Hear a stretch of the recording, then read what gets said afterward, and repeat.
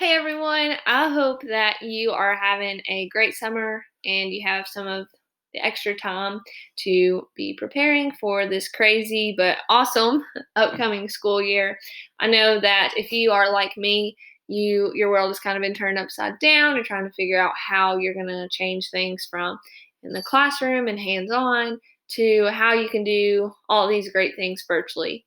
And so today I just wanted to take the time to share with you a little bit of what I've learned with Google Sites in creating a class website.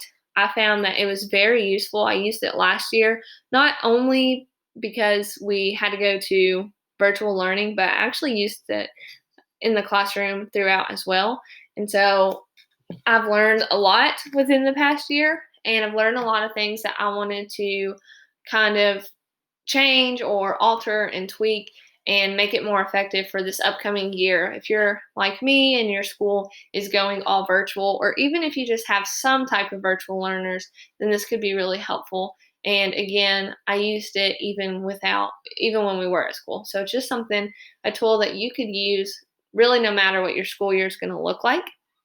And so I got a lot of really good feedback from my students on using this Google site. A co-teacher actually shared with me her Google site that she used for her English class, and then I kind of just took the idea and ran with it for what worked for myself. And that's what I encourage you to do with this. You can just see how it functions for me, and things that you don't like or things that would work better for you, then you feel free to change and adjust. So anyway, with that being said, this is not a tutorial on how to use and build, or sorry, how to build Google Sites. It is how to use my Google site, but it's not how to build them. So if you have any questions on that, I don't know everything, but I have used it quite a bit in the last couple years. So feel free to let me know if you need any help with that.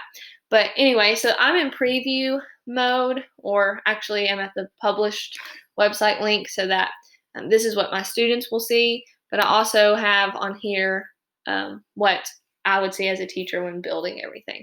So I'm just going to kind of go through how I use it. So first and foremost, I do have a separate Google site for each class. Makes the most sense for me because they're all going to have different assignments. And the point of the Google site for me is for it to just be a platform where students can go to and know exactly what they have to do for the day. And so this is just a way for me to organize everything. And with the feedback that I got last year, the kids found it really consistent because every day they knew where to go. And we know that they need that routine. But also, they found it really easy to navigate and just to use in general. So it made things a lot easier for them. They got stressed out a lot last year with every teacher did something different. And so I feel like at least I can make my room and my classes consistent. If they had me 3 times a day or whatever, they always knew what my procedure was. So I'm going to go ahead and get into it. This is the home page. So I make all of my headers right here. That's at the top on Canva. And Canva is a great tool.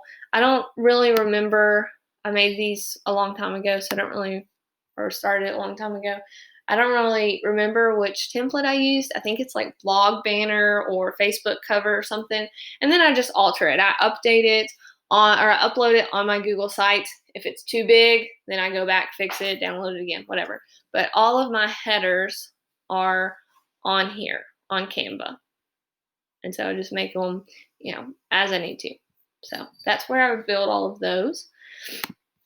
So going back to the home page, I also added my Bitmoji Classroom. I used a PDF version because it doesn't take you to a presentation like the Google Slides does. I don't like that. But you can still use the links. If you just upload a picture of your Bitmoji Classroom, it won't work. But a PDF does work, although it does bring up this gray box, but it's a compromise. It is what it is. So I have the class overview, what they can expect in the class, and I literally took that from the program of studies on the Kentucky Ag Ed website. And just for floral design, I just basically copied, pasted, and then altered it a little of what I wanted it to say in a way of what I would include on there. And then next, I have the Google Calendar, and it looks really plain and unuseful right now. But when you load all of your assignments in Google Classroom, it'll go directly to this calendar. So I did kind of a test assignment right here. You can see on Friday, it says that is when that assignment is due. So that for our visual kids, they have a place to organize what's due, when it's due. And they can go here. They can look at it from the month view, the week view, or they can just look at it as an agenda. And so they found that really helpful last year. And you literally just go over here and insert calendar right here. All right, and then finally for the footer, which the footer shows up on every single page, I have quick links that I think would be helpful for them. I have the link to their specific Google Classroom, their Google Meet, the remind messages, the email. This directly opens up a new tab and they can email me, and then our FFA website. So that's the homepage. So this website is not very useful unless you know how to use it and how it's organized. So this instructions page is dedicated exactly to that. And I'm still working on it, so I haven't really explained things well on here, but this is just the bone work of what it's going to look like. So I have instructions for using the Bitmoji Classroom because that's meant to be really helpful and interactive for them.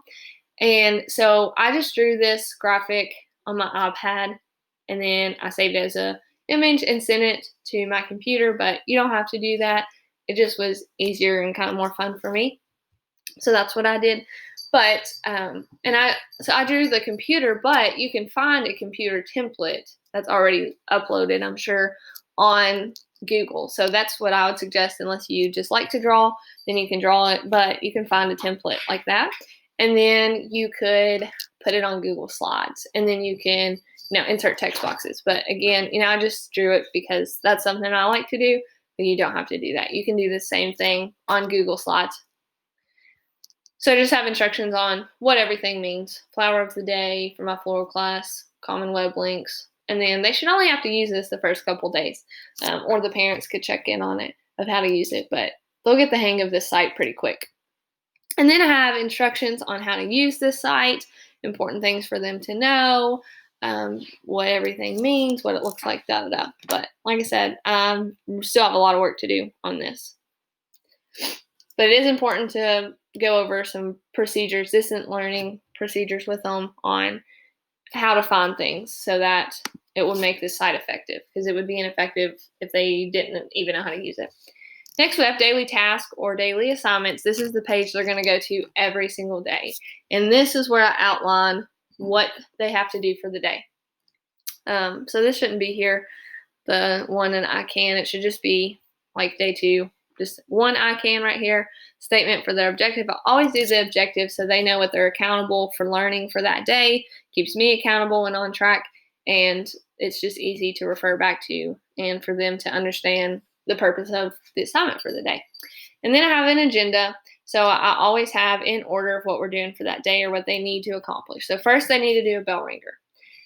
Then they're going to watch a video. And then they're going to do whatever assignment. And then I always have an exit slip, which I haven't put on here yet. This is just for demonstration purposes, but I always have an exit slip on here too.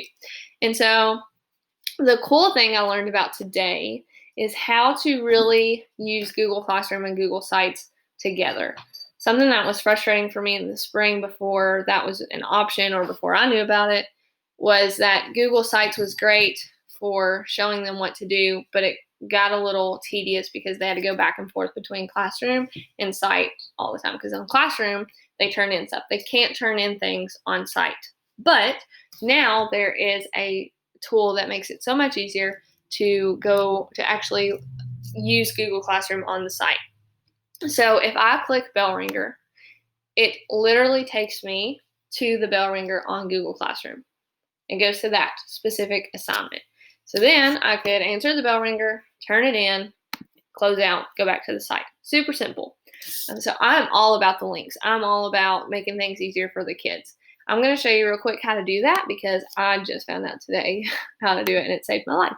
So once you have put your assignments and posted them, you click these 3 dots, copy the link, and then when you go to actually create your link, you highlight it, link, and then you just would paste it and apply.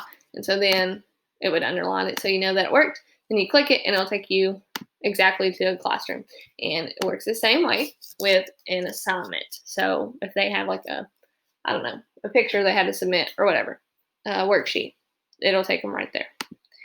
So that is so helpful. But also you can do links to videos. You can directly insert the video on here. My exit slips are always Google Forms, so you can link Google Forms, everything, literally. You can do anything on here. So it's really cool. Next, we have units in review. And this is just an idea to give those students that really like to study and review things really well before a test or the end of a unit so that they can have it all in one place to go back to. Because it's going to look a little weird, they don't have like a notebook or anything to keep all their notes unless they do it on their own, which they probably won't. So this is just a way for me to try to keep them organized. I doubt this will get used very often, but wishful thinking is that it'll help someone out. So units in review, I will just put a header each unit, and then I will link. The way that I did this is I just literally took a picture or found a picture on Google and copied it, inserted it, and then put a link. You can link images. So Quizlet, for demonstration purposes, I just use the plant parts Quizlet, but it'll take you to that study set. And so then they can work on stuff here. But also, I plan on the study guide, linking it to an actual study guide on Google Docs for them. And again, the footer is always here. So these quick links follow you to every page, which is really nice. So I plan on doing this for every unit and maybe add in some other apps and Chrome extensions that work really well as we go. Next, we have contact information. This is going to be really important for them to always know how to get in contact with you for if they have questions or to tell you something, whatever. And so I have my email on here. Also have it at the bottom. The more places you can put important things, the better. Then I have some of the Instagrams, like my classroom Instagram and the FFA Instagram on here. I have our Google Meets link in a couple places. And then again, I just made this graphic on Canva just to make it a little more fun. And the more fun and aesthetically pleasing it is, the more they're going to be interested in using it, I believe. Next, we have the parent portal. To be honest, I haven't done much with this. I have a vision for it, but I'm not quite there yet. And with high school, it's a little different. Parents become less and less involved, but there are still a lot of involved parents that want to know what's going on in your class. So some important things are going to be like a syllabus that I'll put on here. Haven't got that far yet, but there's my start. I know that they're going to have the syllabus on here. And then I'll think of some other things that are important as we go. Finally, I have a gallery wall, and I just found this to be really important to stay connected with each other for, peers, and just to really brag on kids because they're doing all the work and they're not really getting to do any of the fun stuff that comes with school. Last year they didn't get to have prom, and a lot of FFA stuff was taken away from them, but this is an opportunity for them. They don't get to see their buddies in class and do a lot of hands-on projects. Maybe this is a way for them to get some recognition. So I have this thing called a gallery wall. This is just an example, but I'm just going to share some floral arrangements since this is my floral design class that they've made because they're going to have to take pictures of it and submit them to me every time we do an arrangement. And then I'll put them on here if they want me to. So I have on here, if you want to show something off, let me know. Likelihood of them coming to me is very low. But I will probably reach out to them and say, that was a really great assignment, or that was a really great arrangement. Can I upload that on the site? And parents can see it, students can see it, I can go back and see it. So it's really nice. So anyway, in a nutshell, that is how I use my Google site. I really do believe in this and think that it's very effective and it helps me stay organized and it also helps the kids. So the kids they really do like it and I'm doing all of this for them. So I really value their opinion. Ask the kids what works best for them. So for example, on daily task, I asked my kids last year what worked best for them on how to organize that. And I listened to them and they want day one or the first thing at the top. I don't know really why. I would think that they would want the most recent at the top, but they actually wanted day one first. So that's fine with me, whatever. I'll definitely survey this next group before I make any of these concrete changes. Once the time comes, it's really easy to change. But just to do whatever works good for your kids and works best for you and how you stay organized. But I hope that this gives you some tips.